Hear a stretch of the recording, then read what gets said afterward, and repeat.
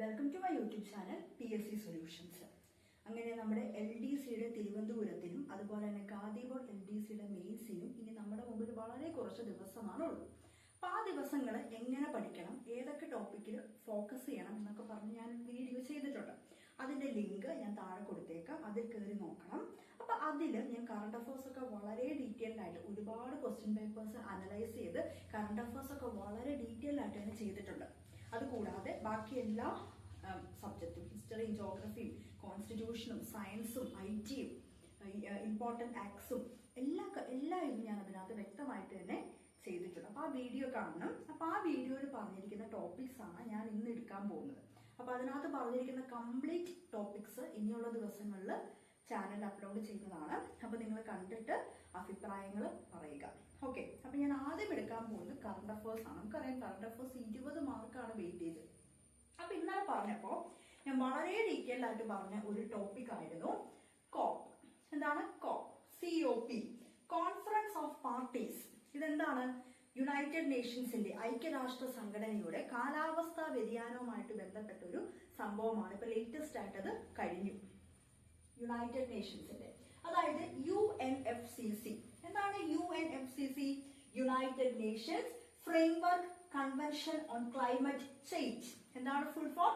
United nations framework convention on climate change. ഇതിന്റെ headquarters, ആസ്ഥാനം എവിടെയാണ്? ജർമ്മനിയിലാണ്.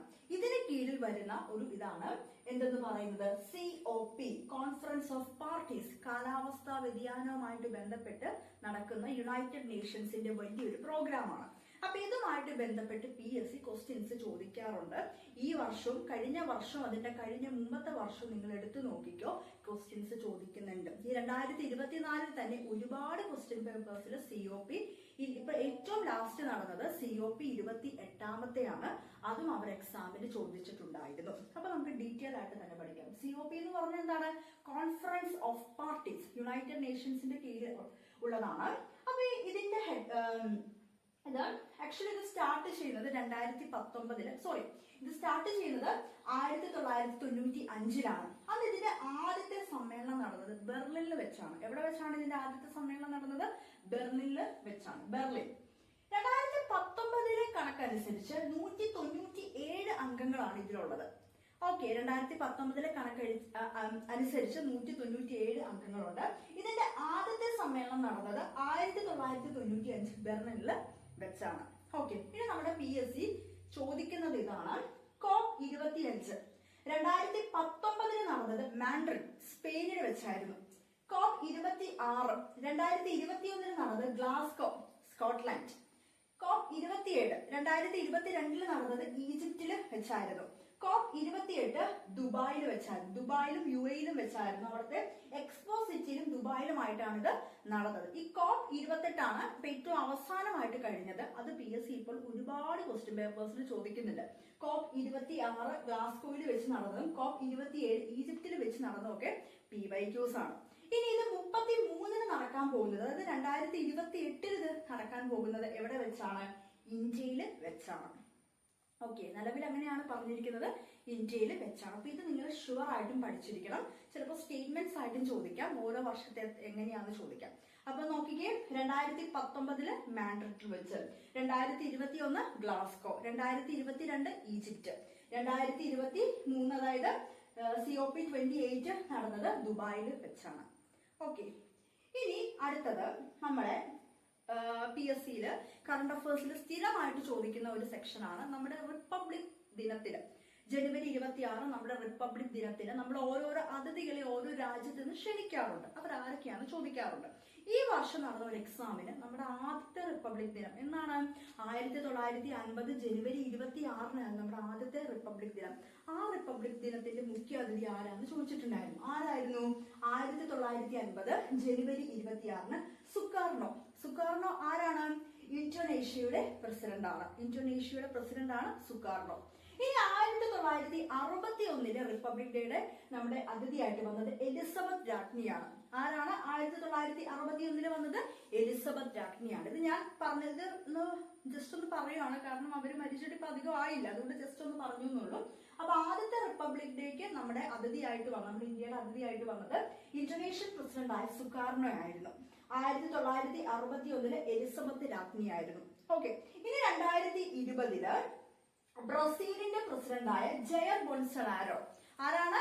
ബ്രസീലിന്റെ പ്രസിഡന്റായ ജയർ ബോൾസനാരോയാണ് 2020 നമ്മുടെ റിപ്പബ്ലിക് ദിനത്തിന് മുഖ്യ അതിഥിയായിട്ട് വന്നത്. 2021 ബോറിസ് ജോൺസൺ ആയിരുന്നു. പക്ഷെ എന്താണ്, അത് നമ്മൾ റദ്ദാക്കി. 2021 ബോറിസ് ജോൺസൺ ബ്രിട്ടന്റെ പ്രൈം മിനിസ്റ്റർ ആയിരുന്നു. പക്ഷെ അത് നമ്മൾ റദ്ദാക്കി. 2022 അതിഥികളൊന്നും ഇല്ലായിരുന്നു. 2023 അബ്ദുൽ ഫത്താഹ് അൽ സിസി. ഇദ്ദേഹം ആരാണ്? ഈജിപ്തിന്റെ പ്രസിഡന്റ് ആണ്. ഈ ക്വസ്റ്റ്യൻ ഓൾറെഡി ചോദിച്ചു കഴിഞ്ഞു, ഒരുപാട് ക്വസ്റ്റ്യൻ പേപ്പേഴ്സിൽ ചോദിച്ചു കഴിഞ്ഞു. 2023 നമ്മുടെ റിപ്പബ്ലിക് ഡേ ദിനത്തിൽ ആരായിരുന്നു നമ്മുടെ അതിഥി എന്ന് പറയുന്നത്? അബ്ദുൽ ഫത്താഹ് അൽ സിസി ഈജിപ്തിന്റെ പ്രസിഡന്റ് ആണ്. അത് കഴിഞ്ഞ് 2024 ഈ വർഷം നമ്മുടെ അതിഥി ആരായിരുന്നു? ഫ്രാൻസിന്റെ പ്രസിഡന്റായ ഇമ്മാനുവൽ മാക്രോൺ ആയിരുന്നു നമ്മുടെ അതിഥി. അപ്പൊ ഇത് കറണ്ട് അഫയേഴ്സിൽ വരുന്ന ഒരു പോർഷനാണ്, PSC എടുത്ത് ചോദിക്കാറുള്ള ഒരു പോർഷനാണ്. അതുകൊണ്ട് ഈ ഒരു ഏരിയ നിങ്ങൾ ഷുവറായിട്ട് ഫോക്കസ് ചെയ്തിരിക്കണം. COP ഉറപ്പായിട്ട് ഫോക്കസ് ചെയ്തിരിക്കണം. അത് ഈ പ്രാവശ്യം തന്നെ ഒരുപാട് ഓൾറെഡി ചോദിച്ച് കഴിഞ്ഞു. ഓക്കെ, ഇനി നമുക്ക് അടുത്ത സെക്ഷനിലേക്ക് കടക്കാം. ഓക്കെ, നമുക്ക് അടുത്ത ടോപ്പിക്സിലേക്ക് കിടക്കാം. കറണ്ട് അഫയേഴ്സിൽ തന്നെയുള്ള ടോപ്പിക്സ് ആണ്. നിങ്ങൾ നോക്കിക്കോ, PSC റിപ്പീറ്റ് ചെയ്ത് ചോദിക്കുന്ന ഒരു സെക്ഷനാണിത്. ഇൻഡെക്സുകൾ, സൂചികകൾ. അതിനകത്ത് 3 ഇൻഡെക്സ് ആണ് ഞാൻ ഈ ക്ലാസ്സിൽ പറയാൻ പോകുന്നത്. ഒന്നാമത്തെയാണ് ഹാപ്പിനെസ് ഇൻഡെക്സ്, സന്തോഷ സൂചിക. ഓക്കെ, അപ്പൊ 2024 ഈ സന്തോഷ സൂചിക ഇത് ആരാണ് പുറത്തുവിടുന്നത്? നമ്മൾ ചില എക്സാമിൻസ് ഉണ്ടല്ലോ, ഈ യുണൈറ്റഡ് നേഷൻസ് ആണ്. ഓൾമോസ്റ്റ് മിക്ക കാര്യങ്ങളും ഇങ്ങനത്തെയൊക്കെ പുറത്തുവിടുന്ന യുണൈറ്റഡ് നേഷൻസ് ആണ്. പക്ഷെ അവരുടെ ഏത് സ്ഥാപനമാണെന്ന് അവർ എടുത്തു ചോദിക്കും. നമുക്കറിയാം, യുണൈറ്റഡ് നേഷൻസ് ഐക്യരാഷ്ട്ര സംഘടനയ്ക്ക് ഒരുപാട് സ്ഥാപനങ്ങളുണ്ട്. അപ്പൊ അതിനകത്ത് ഇങ്ങനെയുള്ള ഇൻഡെക്സുകളൊക്കെ, ഈ സന്തോഷ സൂചിക ഹാപ്പിനെസ് ഇൻഡെക്സ് ഒക്കെ പുറത്തുവിടുന്നത് united nations sustainable development solutions network. ആരാണ്? United nations sustainable development solution network ആണ് ഇത് പുറത്തുവിടുന്നത്. അപ്പൊ ഈ 2024 അവർ ഇതിന്റെ 12ാമത്തെ സെഷനാണ് പുറത്തുവിട്ടത്. അങ്ങനെയൊക്കെ വേണമെങ്കിൽ ചോദിക്കാം, കുറെ ഡെപ്തിൽ അത് ചോദിക്കുമ്പോൾ അങ്ങനെ ചോദിക്കാം. അപ്പൊ 2024 ഇതിന്റെ 12ാമത്തെ സെഷനാണ് ഇവർ പുറത്ത് വിട്ടത്. ഓക്കെ, ഇനി നമുക്ക് അടുത്തത് 2024 1ാം സ്ഥാനം കിട്ടിയത് ഫിൻലൻഡിലാണ്. ഈ ഫിൻലൻഡിന് കിട്ടുന്നത് തുടർച്ചയായ 7ാമത്തെ പ്രാവശ്യമാണ്. അപ്പൊ നോക്കിക്കേ, അങ്ങനെയും ഒരു ക്വസ്റ്റ്യൻ നമുക്ക് പ്രതീക്ഷിക്കാം. എത്രാമത്തെ പ്രാവശ്യമാണ് തുടർച്ചയായ ഫിൻലൻഡിന് ലോക സന്തോഷ സൂചികയിൽ 1ാം സ്ഥാനം ലഭിക്കുന്നത്? ഏതാണ്? 7ാമത്തെ തവണയാണ് അവർക്ക് തുടർച്ചയായിട്ട് ലഭിക്കുന്നത്. ഈ പ്രാവശ്യം ഇന്ത്യയുടെ പൊസിഷൻ 2024 ഇന്ത്യയുടെ പൊസിഷൻ 126 ആയിരുന്നു. ലാസ്റ്റ് വന്നത് അഫ്ഗാനിസ്ഥാനാണ്. ലാസ്റ്റ് വന്നത് ആരാണ്? അഫ്ഗാനിസ്ഥാനാണ്. ഇത് ആരാണ് പുറത്ത് വിടുന്നത്? യുണൈറ്റഡ് നേഷൻസിന്റെ സസ്റ്റൈനബിൾ ഡെവലപ്മെന്റ് സൊല്യൂഷൻസ് നെറ്റ്വർക്ക്. 2024 ഈ വർഷം നടന്ന ഇതിന്റെ 12ാമത്തെ സെഷൻ ആയിരുന്നു. ഓക്കെ, ഇനി അടുത്തത് 2023 നമ്മുടെ ഇന്ത്യയുടെ സ്ഥാനം 126. ഈ വർഷം 136. കഴിഞ്ഞ വർഷം 2023 126. 2022 136, 2021 139, 2020 144. 2023 എനിക്ക് 126 കിട്ടിയത്. എന്തെങ്കിലും ചേഞ്ച് ഉണ്ടെങ്കിൽ നിങ്ങൾ താഴെ കമന്റ് ചെയ്തോളുക. ഓക്കെ, ഇനി അടുത്തതാണ് മാനവ വികസന സൂചിക, ഹ്യൂമൻ ഡെവലപ്മെന്റ് ഇൻഡെക്സ്. അതാണ് അടുത്തത് പറയാൻ പോകുന്നത്. 2023-24 ഇന്ത്യയുടെ പൊസിഷൻ 134 ആണ്. 1ാം സ്ഥാനത്ത് വന്നത് സ്വിറ്റ്സർലൻഡ് ആയിരുന്നു. ആരാണ് 1ാം സ്ഥാനത്ത് വന്നത്? സ്വിറ്റ്സർലൻഡ് ആയിരുന്നു. 2022 134, അന്നും 1ാം സ്ഥാനം കിട്ടിയത് സ്വിറ്റ്സർലൻഡിന് തന്നെയായിരുന്നു. 2021 ഇന്ത്യയുടെ സ്ഥാനം 135 ആയിരുന്നു. അന്നും 1ാം സ്ഥാനം സ്വിറ്റ്സർലൻഡിന് തന്നെയായിരുന്നു. 2020 131 ആയിരുന്നു ഇന്ത്യയുടെ സ്ഥാനം. അന്ന് 1ാം സ്ഥാനത്ത് വന്നത് നോർവേ ആണ്.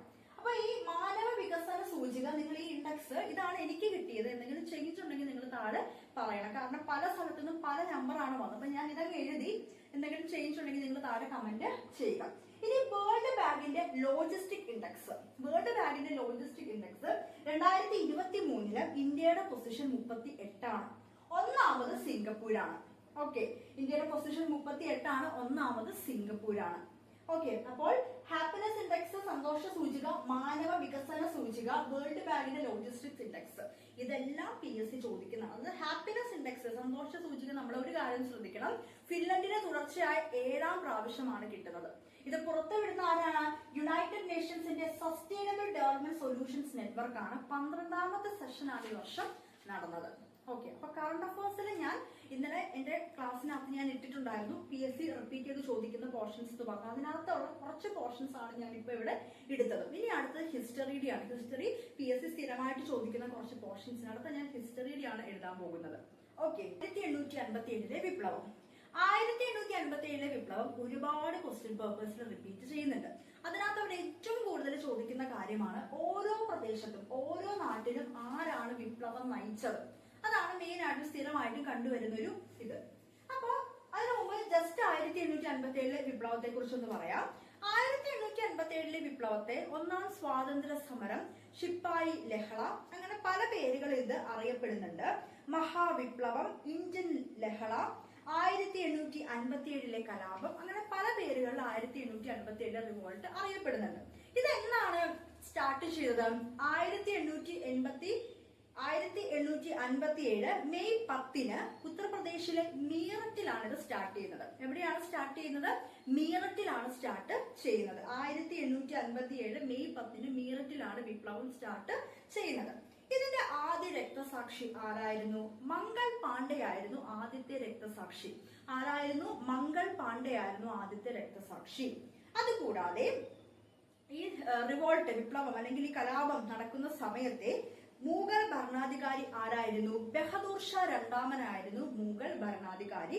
അത് കഴിഞ്ഞിട്ട് അദ്ദേഹത്തെ റെങ്കൂൺ, മ്യാൻമാറിലൊരു സ്ഥലമാണ് റെങ്കൂൺ, അങ്ങോട്ട് അദ്ദേഹത്തെ നാട് കടത്തി. ഈ സമയത്ത് ബ്രിട്ടീഷ് ഗവർണർ ആരായിരുന്നു? കാനിക് പ്രഭു ആയിരുന്നു ഈ സമയത്തെ ബ്രിട്ടീഷ് ഗവർണർ. ഇനി 1857 ഗൊറില്ല യുദ്ധമുറ ഉപയോഗിച്ച വ്യക്തിയാണ് താന്തിയ തോപ്പി. ആരാണ്? താന്തിയ തോപ്പിയാണ് ഗൊറില്ല യുദ്ധമുറ ഉപയോഗിച്ചത്. ഇനി PSC ഈ ക്വസ്റ്റ്യൻസ് ഒക്കെ പ്രിലിംസിനാണ് അധികം കണ്ടിട്ടുള്ളത്. മെയിൻസിൽ അവർ ചോദിക്കുന്ന സെക്ഷനാണ് ഇത്. ഓരോ പ്രദേശത്തും ആരാണ് ഇത് വിപ്ലവം നയിച്ചത്? ഝാൻസി ആരാണ്? റാണി ലക്ഷ്മിബായി ആണ് ഝാൻസിയില്. ഗ്വാളിയാറില് റാണി ലക്ഷ്മിബായി ഉണ്ടായിരുന്നു, താന്തിയ തോപ്പി ഉണ്ടായിരുന്നു. രണ്ടുപേരും ഉണ്ടായിരുന്നു. റാണി ലക്ഷ്മിബായി ഉണ്ടായിരുന്നു, താന്തിയ തോപ്പി ഉണ്ടായിരുന്നു. കാൺപൂർ നാനാ സാഹിബ്, ഫൈസാബാദ് മൗലവി അഹമ്മദുള്ള, ലക്നൗ ആഗ്ര ബീഗം ഹസ്രത്ത് മഹൽ. ഇത് പല എക്സാമിനും ചോദിക്കാറുണ്ട്, ഒറ്റൊരു ക്വസ്റ്റ്യൻ ആയിട്ടും ചോദിക്കാറുണ്ട്. ലക്നൗ ആഗ്ര, ലക്നൌവിൽ ആരാണ്? ബീഗം ഹസ്രത്ത് മഹൽ. ചിലപ്പോൾ സ്റ്റേറ്റ്മെന്റ് ആയിട്ട് ഇത് മുഴുവനും ചോദിക്കും, അല്ലെങ്കിൽ ഓരോരുത്തരായിട്ടും ചോദിക്കും. കാൺപൂർ നാനാ സാഹിബ് ഓരോ സിമ്പിൾ ഒറ്റൊരു ക്വസ്റ്റ്യൻ ആയിട്ടും ചോദിക്കാറുണ്ട്, സ്റ്റേറ്റ്മെന്റ്സ് ആയിട്ടും ചോദിക്കാറുണ്ട്. ബീഹാർ ജഗദീഷ്പൂർ കൻവർ സിംഗ്, ബറേലി ഖാൻ ബഹദൂർ ഖാൻ, അലഹാബാദ് ലിയാഖത്ത് അലി. അപ്പൊ ഇത് വളരെ ഇമ്പോർട്ടന്റ് ആണ്. ഒരുപാട് ക്വസ്റ്റ്യൻ പേപ്പേഴ്സിനകത്ത് കണ്ട ഒരു ക്വസ്റ്റ്യൻ ആണ്. ഒരിക്കൽ കൂടെ പറയാം. ഝാൻസിയിലെ വിപ്ലവം നയിച്ചത് റാണി ലക്ഷ്മിബായി ആണ്. ഗ്വാളിയാറിലെ റാണി ലക്ഷ്മിബായും താന്തിയ തോപ്പിയുമാണ്. കാൺപൂര് നാനാ സാഹിബാണ്. ഫൈസാബാദിലെ മൗലവി അഹമ്മദുള്ളയാണ്. ലക്നൗ ആഗ്ര ബീഗം ഹസ്രത്ത് മഹൽ, ബീഹാർ ജഗദീഷ്പൂർ കൻവർ സിംഗ്, ബറേലി ഖാൻ ബഹദൂർ ഖാൻ, അലഹാബാദ് ലിയാഖത്ത് അലി. ഓക്കെ, ഇനി അടുത്തത് ഡൽഹി. ഡൽഹിയിൽ ആരാണ്? ബഗ്താൻ ബഹദൂർ ഷാ രണ്ടാമൻ. ഡൽഹിയിൽ ആരൊക്കെയാണ്? ബഗ്താനും ബഹദൂർ ഷാ രണ്ടാമനും. ബഗ്താൻ ആൻഡ് ബഹദൂർ ഷാ രണ്ടാമൻ. അപ്പൊ ഇത് ഇമ്പോർട്ടന്റ് ആണ്, പഠിക്കണം. ഒരൊറ്റ സിമ്പിൾ ക്വസ്റ്റ്യൻ ആയിട്ട് അവർ ചോദിക്കുന്നുണ്ട്, സ്റ്റേറ്റ്മെന്റ് ആയിട്ടും ചോദിക്കുന്നുണ്ട്. അപ്പൊ നമുക്ക് രണ്ടും പ്രതീക്ഷിക്കാം. ഓക്കെ, ഇനി അടുത്തത് പറയാൻ പോകുന്നത് ജോഗ്രഫിയുമായിട്ട് ബന്ധപ്പെട്ട പോർഷൻസ് ആണ്. കുറച്ച് പോയിന്റ്സ് നോക്കാം. കാരണം കഴിഞ്ഞ വർഷം 2023 ഒരുപാട് ക്വസ്റ്റ്യൻ പേപ്പേഴ്സിൽ പൊയ്ക്കൽ ശ്രീ കുമാര ഗുരുദേവനുമായിട്ട് ബന്ധപ്പെട്ട ക്വസ്റ്റ്യൻസ് ഉണ്ടായിരുന്നു. പ്രിലിംസിനും മെയിൻസിന്റെ പല എക്സാമിനും ചോദിച്ചിട്ടുണ്ടായിരുന്നു. ഓക്കെ, അപ്പൊ നമുക്ക് ജസ്റ്റ് അതൊന്ന് നോക്കാം, എന്നിട്ട് നമുക്ക് ജോഗ്രഫിയിലേക്ക് കിടക്കാം. അപ്പൊ പൊയ്ക്കൽ ശ്രീ കുമാര ഗുരുദേവൻ അദ്ദേഹം 1879 ഇരവിപേരൂർ പത്തനംതിട്ട ജില്ലയിലാണ് അദ്ദേഹം ജനിച്ചത്. എവിടെയാണ്? പത്തനംതിട്ട ജില്ലയിലെ ഇരവിപേരൂരിൽ 1879 അദ്ദേഹം ജനിച്ചത്. പൊയ്കയിൽ അപ്പച്ചൻ, പുലയൻ മത്തായി, യോഹന്നാൻ, കേരള നെപ്പോളിയൻ എന്നൊക്കെ ഇദ്ദേഹം അറിയപ്പെടാറുണ്ട്. പൊയ്കയിൽ അപ്പച്ചൻ, പുലയൻ മത്തായി, യോഹന്നാൻ, കേരള നെപ്പോളിയൻ എന്ന പേരിലൊക്കെ ഇദ്ദേഹം അറിയപ്പെടാറുണ്ട്. ഇനി വളരെ ഇമ്പോർട്ടന്റ് ആയിട്ടുള്ള ഒരു പോയിന്റ് ആണ് പ്രത്യക്ഷ രക്ഷാ ദൈവസഭ. ഇത് സ്ഥാപിച്ചത് പൊയ്കൽ ശ്രീ കുമാര ഗുരുദേവനാണ് 1909. പല എക്സാമിലും ചോദിക്കാറുണ്ട്, മെയിൻസ് എക്സാമുകൾക്കും ചോദിച്ച് കണ്ടിട്ടുണ്ട്. പ്രത്യക്ഷ രക്ഷാ ദൈവസഭ സ്ഥാപിച്ചത് ആരാണ്? പൊയ്കൽ ശ്രീ കുമാര ഗുരുദേവനാണ്. ആദിലഹള പൊയ്കൽ ശ്രീ കുമാര ഗുരുദേവനുമായിട്ട് ബന്ധപ്പെട്ടതാണ്. ക്രിസ്ത്യൻ ദളിത് ജനങ്ങൾക്ക് വേണ്ടിയുള്ള പ്രതിഷേധമായിരുന്നു. എന്ത്? ദളിത് ജനങ്ങൾക്ക് വേണ്ടിയുള്ള പ്രതിഷേധമായിരുന്നു ആദി ലഹള. ഓക്കെ, ഇനി അടുത്തത് 1921 1931 ശ്രീമൂലം പ്രജാസഭയിലേക്ക് നാമനിർദ്ദേശം ചെയ്തു. ഓക്കെ, 1921 1931 ശ്രീമൂലം പ്രജാസഭയിലേക്ക് ഇദ്ദേഹം നാമനിർദ്ദേശം ചെയ്തു. 1937 ഗാന്ധിജിയെ കണ്ടു. എവിടെ വെച്ച്? നെയ്യാറ്റിൻകരയിൽ വെച്ച് 1937 ഇദ്ദേഹം ഗാന്ധിജിയെ സന്ദർശിച്ചു. അത് മാത്രമല്ല, ലോകമഹായുദ്ധങ്ങൾ നടക്കുന്ന സമയത്ത് അദ്ദേഹം ഒരു യുദ്ധവിരുദ്ധ ജാഥ നടത്തി. എവിടെ നിന്ന് എവിടം വരെ? മാരംകുളത്ത് നിന്ന് കുളത്തൂർ വരെ. മാരംകുളം തൊട്ട് കുളത്തൂർ വരെ ഇദ്ദേഹം ഒരു ജാഥ നടത്തി, ഒരു യുദ്ധവിരുദ്ധ ജാഥ നടത്തി.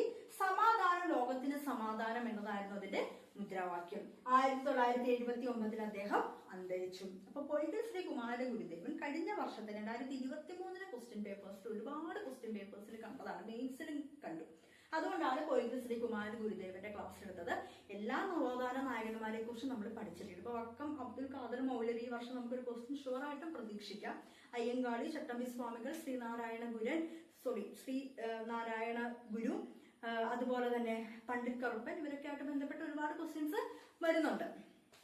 ഓക്കെ, ഇനി അടുത്ത നമുക്ക് ജോഗ്രഫിയിലെ കുറച്ച് കാര്യങ്ങൾ നോക്കാം. ഇങ്ങനെ എല്ലാ ദിവസവും ഞാൻ വീഡിയോയിൽ ചെയ്ത എല്ലാ ടോപ്പിക്സും എടുക്കുന്നത് ആയിരിക്കും. പിന്നെയുള്ള ദിവസങ്ങളിൽ ടോപ്പിക്സ് ഒക്കെ നന്നായിട്ട് നിങ്ങൾ ഫോക്കസ് ചെയ്യുക. ഒരു സുവർണ അവസരമാണ് ഈ പ്രാവശ്യത്തെ LD ക്ലർക്ക് എന്ന് പറഞ്ഞ ഒരൊറ്റ എക്സാം നമുക്ക് ക്ലിയർ ചെയ്താൽ മതി. ഒരൊറ്റ എക്സാം ക്ലിയർ ചെയ്താൽ നമുക്ക് ജോലിയാണ്. ഓക്കെ, പ്രിലിംസിലാണെങ്കിലും മെയിൻസിലാണെങ്കിലും ഒരുപോലെ ക്വസ്റ്റ്യൻസ് വരുന്ന ഒരു സെക്ഷനാണത്. അപ്പൊ നമുക്ക് കേരളത്തിലെ ദേശീയ ഉദ്യാനങ്ങളെ കുറിച്ച് പഠിക്കാം. PSCയുടെ ആൻസർ പ്രകാരം 5 ദേശീയ ഉദ്യാനമാണ് ആൻസർ ആയിട്ട് കൊടുക്കാറ്. പക്ഷെ ശരിക്കും കേന്ദ്ര ഗവൺമെന്റിന്റെ ഇത് പ്രകാരം കേരളത്തിൽ 6 ദേശീയ ഉദ്യാനങ്ങളുണ്ട്. പക്ഷെ PSC കൊടുക്കുന്ന ആൻസർ 5 ആണ്. അതിനകത്ത് ആദ്യത്തെയാണ് ഇരവികുളം ദേശീയോദ്യാനം. ഓക്കെ, ഇരവികുളം ദേശീയ ഉദ്യാനം ഇത് 1975 വന്യജീവി സങ്കേതമായിരുന്നു. 1978 ഇത് ദേശീയ ഉദ്യാനമായി പ്രഖ്യാപിക്കുന്നത്. ഓക്കെ, അപ്പൊ ആദ്യത്തെ ഏതാണ്? ഇരവികുളമാണ്. ഇവിടെയുള്ള സംരക്ഷണം ഏത് മൃഗത്തിന്റെയാണ്? വരയാടുകളുടെ സംരക്ഷണമാണ് ഇവിടെയുള്ളത്. ഏതിന്റെയാണ്? വരയാടുകളുടെ സംരക്ഷണമാണ് ഇരവികുളത്ത് ഉള്ളത്. ഏറ്റവും ഉയരത്തിൽ സ്ഥിതി ചെയ്യുന്ന ദേശീയ ഉദ്യാനമാണ്.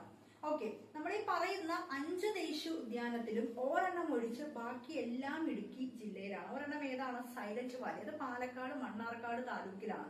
ബാക്കി നമ്മൾ പറയുന്ന എല്ലാ ദേശീയ ഉദ്യാനങ്ങളും എവിടെയാണ് സ്ഥിതി ചെയ്യുന്നത്? ഇടുക്കി ജില്ലയിലാണ്. ഓക്കെ, പിന്നെയാണ് ആനമുടി. നമുക്കറിയാം നമ്മുടെ കേരളത്തിലെ ഏറ്റവും വലിയ കൊടുമുടിയാണ് ആനമുടി. അതും സ്ഥിതി ചെയ്യുന്നത് എവിടെയാണ്? ഏകദേശം ഈ ഉദ്യാനത്തിന്റെ ഇരവികുളം ദേശീയ ഉദ്യാനത്തിന്റെ തെക്ക് ഭാഗത്തായിട്ട് വരും ആനമുടി. ഓക്കെ, ഇനി അടുത്തതാണ് silent Valley. Silent Valley Palakkad ജില്ലയിലെ മണ്ണാർക്കാട് താലൂക്കിലാണ് സൈലന്റ് വാലി സ്ഥിതി ചെയ്യുന്നത്. 1985 ദേശീയ ഉദ്യാനമായി പ്രഖ്യാപിക്കുന്നത്.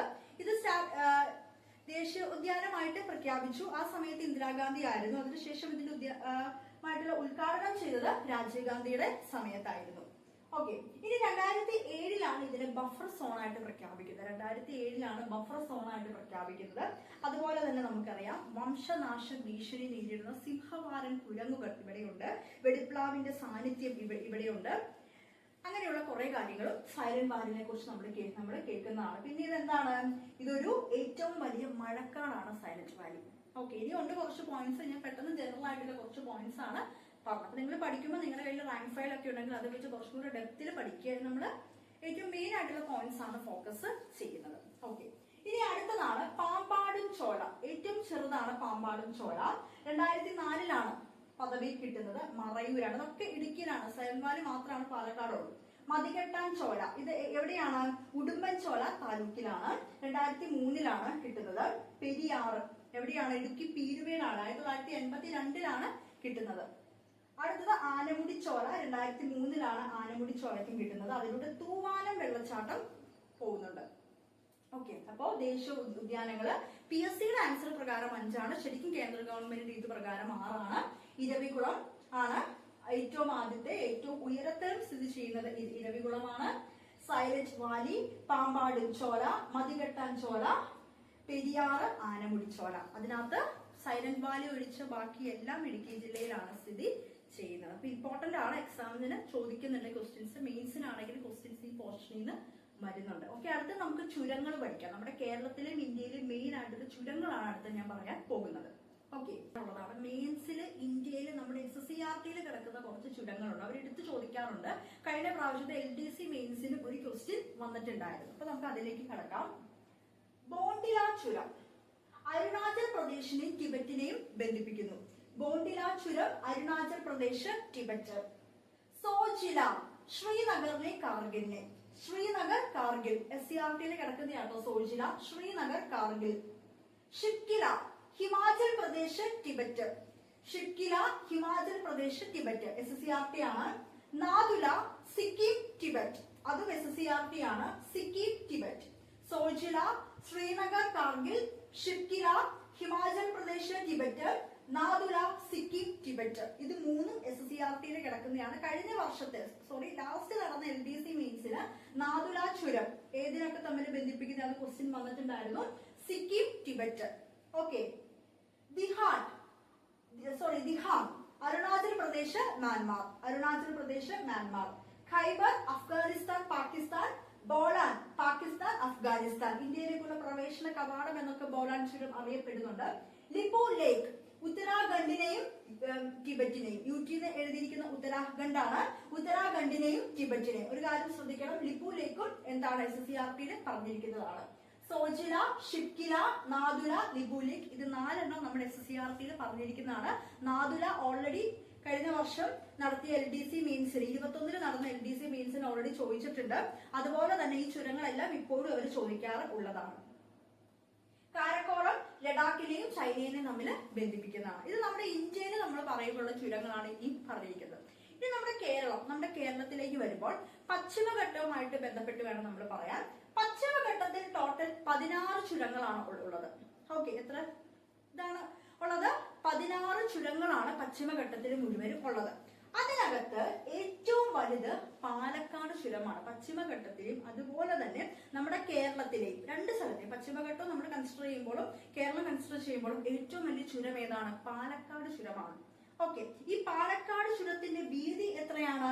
30 മുതൽ 40 കിലോമീറ്റർ വരെയാണ് പാലക്കാട് ചുരത്തിന്റെ വീതി എന്ന് പറയുന്നത്. ഇത് ഏതാണ്? നാഷണൽ ഹൈവേ ഏതാണ്? NH 544. NH 544 ഭാരതപ്പുഴ ഈ ചുരത്തിലൂടെയാണ് ഒഴുകുന്നത്. ഈ ചുരം സ്ഥിതി ചെയ്യുന്നത് ആനമലയ്ക്കും നീലഗിരി കുന്നുകൾക്കും ഇടയിലാണ്. ആനമലയ്ക്കും നീലഗിരി കുന്നുകൾക്കും ഇടയിലാണ് ഈ ചുരം സ്ഥിതി ചെയ്യുന്നത്. NH 544 ആണ് ഇതിലൂടെ പോകുന്ന നാഷണൽ ഹൈവേ. പാലക്കാടിനെ കോയമ്പത്തൂരിനെ ബന്ധിപ്പിക്കുന്നു. ഓക്കെ, അടുത്തതാണ് NH 766 താമരശ്ശേരി ചുരം, വയനാട് ചുരം എന്നൊക്കെ ഇത് അറിയപ്പെടുന്നു. NH 766 താമരശ്ശേരി ചുരം, വയനാട് ചുരം എന്നൊക്കെ ഇത് അറിയപ്പെടുന്നു. കോഴിക്കോട് ജില്ലയിലാണ്. എവിടെയാണ്? കോഴിക്കോട് ജില്ലയിലാണ്. കോഴിക്കോടിനെയും വയനാടിനെയുമാണ് ഇത് ബന്ധിപ്പിക്കുന്നത്. കാര്യം നമ്മൾ പറയുമ്പോൾ താമരശ്ശേരി ചുരം, വയനാട് ചുരം എന്നൊക്കെ നമ്മൾ പറയുമെങ്കിലും അത് എവിടെയാണ് സ്ഥിതി ചെയ്യുന്നത്? കോഴിക്കോടാണ്.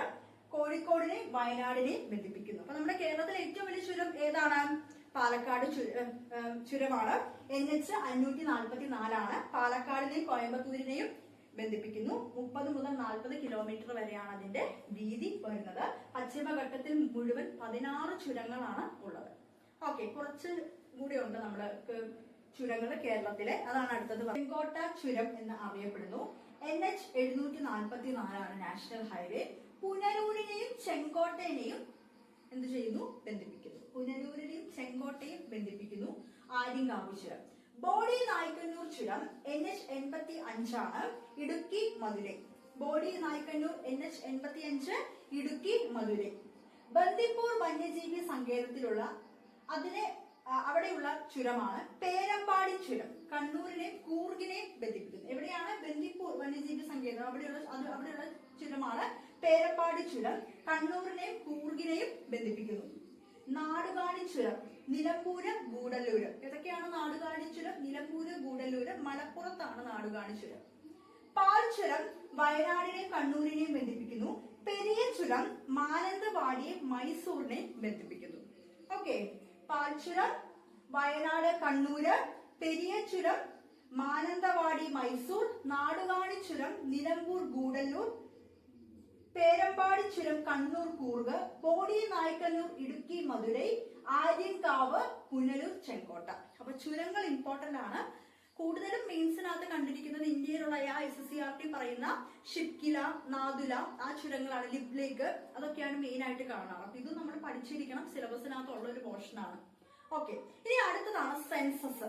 സെൻസസ് 2011 സെൻസസുമായിട്ട് ബന്ധപ്പെട്ട് ഇപ്പോഴും PSC ക്വസ്റ്റ്യൻസ് ചോദിക്കുന്നുണ്ടായിരുന്നു. ഈ വർഷമാണോ കഴിഞ്ഞ വർഷം ലാസ്റ്റ് നടന്ന ഒരു എക്സാം ആണ് ചോദിച്ചിട്ടുണ്ടായിരുന്നു.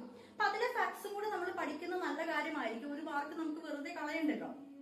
അപ്പൊ സെൻസസ് 2011 നടന്ന കാര്യങ്ങളാണ് അടുത്തത് പറയാൻ പോകുന്നത്. അപ്പൊ സെൻസസ് നമുക്കറിയാം, ഈ സെൻസസ് നടത്തുന്നത് ആരാണ്? ആഭ്യന്തര മന്ത്രാലയത്തിലെ രജിസ്ട്രാർ ജനറലിന്റെയും സെൻസസ് കമ്മീഷണറുടെയും ഓഫീസാണ്. ഇങ്ങനെയൊക്കെ ചിലപ്പോൾ ചോദിക്കാം, ആരാണ് സെൻസസ് നടത്തുന്നത്? ആഭ്യന്തര മന്ത്രാലയത്തിലാണ്. ഏതാണ് മിനിസ്ട്രി? ഏതാണ്? ആഭ്യന്തരമാണ്. ആഭ്യന്തര മന്ത്രാലയത്തിലെ രജിസ്ട്രാർ ജനറലിന്റെയും സെൻസസ് കമ്മീഷണറുടെയും ഓഫീസാണ് സെൻസസ് നടത്തുന്നത്. 10 വർഷത്തിൽ ഒരിക്കലാണ് സെൻസസ് നടക്കുന്നത്. യൂണിയൻ ലിസ്റ്റിലാണ് ഉൾപ്പെടുത്തിയിരിക്കുന്നത്. 7ാമത്തെ ഷെഡ്യൂളാണ്. ഓക്കെ, ഇതൊക്കെ ചോദിക്കാറുള്ളതാണ്. ലിസ്റ്റുകൾ വളരെ ഇമ്പോർട്ടന്റ് ആണ്. യൂണിയൻ ലിസ്റ്റിനകത്താണ് ഉൾപ്പെടുത്തിയിരിക്കുന്നത്. 7ാമത്തെ ഷെഡ്യൂളാണ്. 10 വർഷത്തിൽ ഒരിക്കലാണ് നടക്കുന്നത്. ഞാനിപ്പോൾ 2011 സെൻസസിന്റെ ഡീറ്റെയിൽസ് ആണ് ഞാൻ ഇന്ന് പറയുന്നത്. അതിന് 2011 എടുത്തവർ ചോദിച്ചിട്ടുണ്ട്, പല ക്വസ്റ്റ്യൻസും വന്നിട്ടുണ്ട്. അതുകൊണ്ടാണ് നമുക്ക് ഡീറ്റെയിൽ ആയിട്ട് തന്നെ നോക്കാം. വർഷത്തിൽ ഒരിക്കലാണ് സെൻസസ് നടക്കുന്നത്. അപ്പോൾ 2001 നടന്നു, അതിനുശേഷം നടന്ന 2011. അപ്പൊ 2001 തൊട്ട് 2011 വരെയുള്ള 10 വർഷം അനലൈസ് ചെയ്യുമ്പോൾ ഇന്ത്യയുടെ ജനസംഖ്യാ വളർച്ച എന്ന് പറയുന്നത് 17.7% ജനസംഖ്യ വർദ്ധിച്ചു എന്നാണ് പറഞ്ഞത്. 2011 കണക്കാട്ടോ പറഞ്ഞത്. നമ്മളിപ്പോൾ ജനസംഖ്യയിൽ മുമ്പിലെത്തി, നല്ല രീതിയിൽ ഇൻക്രീസ് ആയി. 2011 കണക്കാണ് ഈ പറയുന്നത്. ആ ജനസംഖ്യ ഏറ്റവും കൂടുതൽ ജനസംഖ്യ വർധനവുണ്ടായത് എവിടെയാണ്? ബീഹാറിലാണ്. മാറിപ്പോവരുത്. 2011 സെൻസസ് പ്രകാരം ഏറ്റവും കൂടുതൽ ജനസംഖ്യ വർധനവുണ്ടായത് ബീഹാറിലാണ്. ഓക്കെ, ഇനി ജനസംഖ്യ ഏറ്റവും കൂടുതലുള്ളത് ഉത്തർപ്രദേശിലാണ്. എവിടെയാണ്? ഉത്തർപ്രദേശ്, UP-യിലാണ്. കുറഞ്ഞ ജനസംഖ്യ സിക്കിമാണ്. ഓക്കെ, ഏറ്റവും ജനസംഖ്യ കൂടുതലുള്ളത് ഉത്തർപ്രദേശിലാണ്, കുറഞ്ഞ ജനസംഖ്യ സിക്കിമാണ്. യൂണിയൻ ടെറിട്ടറീസ്, അതാണ് ഞാൻ UT എന്ന് എഴുതിയിരിക്കുന്നത്, കേന്ദ്രഭരണ പ്രദേശങ്ങൾ.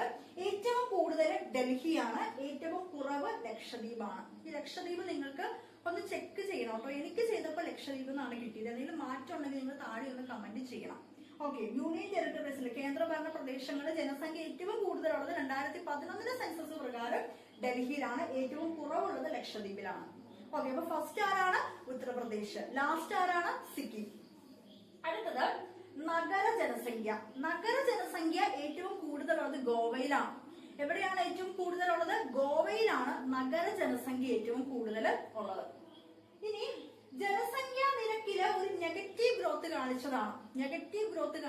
ജനസംഖ്യാ നിരക്കില് നെഗറ്റീവ് ഗ്രോത്ത് കാണിച്ചതാണ് നാഗാലാൻഡ്. ഏതാണ്? നാഗാലാൻഡ്. ഇതൊക്കെ UPSC പ്രീവിയസ് ആയിട്ട് ചോദിച്ചിരിക്കുന്ന ക്വസ്റ്റ്യൻസ് ആട്ടോ. ജനസംഖ്യാ നിരക്കില് നെഗറ്റീവ് ആയിട്ടുള്ള ഗ്രോത്ത് കാണിച്ചത് നാഗാലാൻഡാണ്.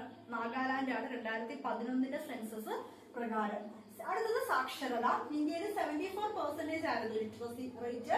പുരുഷനത് 82.14%, സ്ത്രീകളുടേത് 65.46%. ലിറ്ററസി, സാക്ഷരതാ നിരക്ക്. ഇനി ജനസാന്ദ്രത.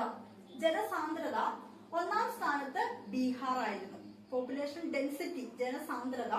ഏറ്റവും ലാസ്റ്റ് അരുണാചൽ പ്രദേശ് ആയിരുന്നു. കൺഫ്യൂഷൻ ആയി പോകരുത്. ഏറ്റവും കൂടുതൽ ജനസംഖ്യ ഉള്ളത് ഉത്തർപ്രദേശിലാണ്. ജനസാന്ദ്രത എന്ന് പറഞ്ഞാൽ എന്താ? ഒരു ചതുരശ്ര കിലോമീറ്റർ താമസിക്കുന്ന, തിങ്ങി പാർക്കുന്ന ആൾക്കാരെയാണ് ഉദ്ദേശിക്കുന്നത്.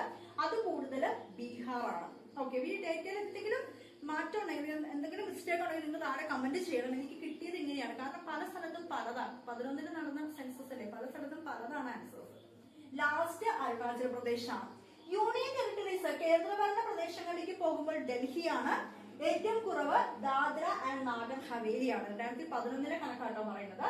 സാക്ഷരതയിൽ 1ാം സ്ഥാനത്ത് ആരായിരുന്നു? കേരളമായിരുന്നു. അവസാനം ബീഹാർ ആയിരുന്നു. സംസ്ഥാനങ്ങളിലേക്ക് വരുമ്പോൾ ലിംഗാനുപാതം, സെക്സ് റേഷ്യോ, കേരളമാണ് ഫസ്റ്റ്, ഹരിയാനയാണ് ലാസ്റ്റ്. ചോദിക്കാറുള്ള കേട്ടോ, ഹരിയാനയാണ് ലാസ്റ്റ്.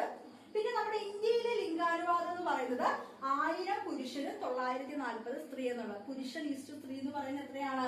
1000 ഈസ്റ്റ് 940 ആണ്. പിന്നെ ഏറ്റവും കൂടുതൽ സംസാരിക്കുന്ന രണ്ടാമത്തെ ഭാഷ ബംഗാളിയാണ്. ഏറ്റവും കൂടുതൽ സംസാരിക്കുന്ന രണ്ടാമത്തെ ഭാഷ ബംഗാളിയാണ്.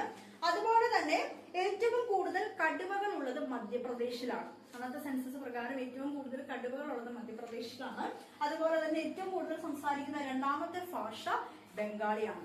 അപ്പൊ 2024 പക്ഷെ എന്നാലും ഇപ്പോഴും 2011 സെൻസസിന്റെ ഫാക്ട്സ് പല ക്വസ്റ്റ്യൻ പേപ്പറിലും കാണുന്നുണ്ട്. അപ്പോൾ ഏറ്റവും കൂടുതൽ ജനസംഖ്യയുള്ളതും ജനസാന്ദ്രതയും സാക്ഷരതയും ലിംഗാനുപാതവും ഒക്കെ നമ്മളത് നോക്കി വെക്കുന്നത് നല്ലതാണ്. ഓക്കെ, അപ്പൊ അടുത്തത് ഞാൻ എടുക്കാൻ പോകുന്നത് കോൺസ്റ്റിറ്റ്യൂഷൻ ആണ്. കോൺസ്റ്റിറ്റ്യൂഷനകത്ത് കടം കൊണ്ട ആശയങ്ങൾ, നമ്മുടെ ഭരണഘടന നമ്മൾ തയ്യാറാക്കിയപ്പോൾ ഒരുപാട് രാജ്യത്ത് നിന്ന് ഒരുപാട് ആശയങ്ങൾ നമ്മൾ കടം കൊണ്ടായിരുന്നു. അത് എല്ലാ പ്രാവശ്യവും PSC എടുത്തെടുത്ത് ചോദിക്കാറുള്ള ഒരു ടോപ്പിക്കാണ്. അതാണ് നമ്മൾ അടുത്ത് പഠിക്കാനായിട്ട് പോകുന്നത്. ഓക്കെ, അത് നമുക്ക് അടുത്ത ക്ലാസ്സിൽ എടുക്കാം. എന്റെ പേനയുടെ ഇങ്ക് തീർന്നു പോയി. അപ്പൊ നമുക്ക് അടുത്ത ക്ലാസ്സിൽ അത് എടുക്കാം. അപ്പൊ അടുത്ത ക്ലാസ്സിൽ ഞാൻ ചെയ്ത ആ വീഡിയോയിൽ പറഞ്ഞിരിക്കുന്ന എല്ലാ ടോപ്പിക്സിന്റെ ക്ലാസ്സും യൂട്യൂബിലൂടെ കൊടുക്കുന്നുണ്ട്. അപ്പൊ നിങ്ങൾ ഉറപ്പായിട്ടും കാണുക. ഇന്ന് തന്നിരിക്കുന്ന ഡേറ്റയിൽ എന്തെങ്കിലും മിസ്റ്റേക്ക് ഉണ്ടെങ്കിൽ നിങ്ങൾ താഴെ കമന്റ് ചെയ്യുക. കാരണം 1-2 കാര്യങ്ങൾ എനിക്ക് കുറച്ച് ഡൗട്ട് ഉണ്ട്.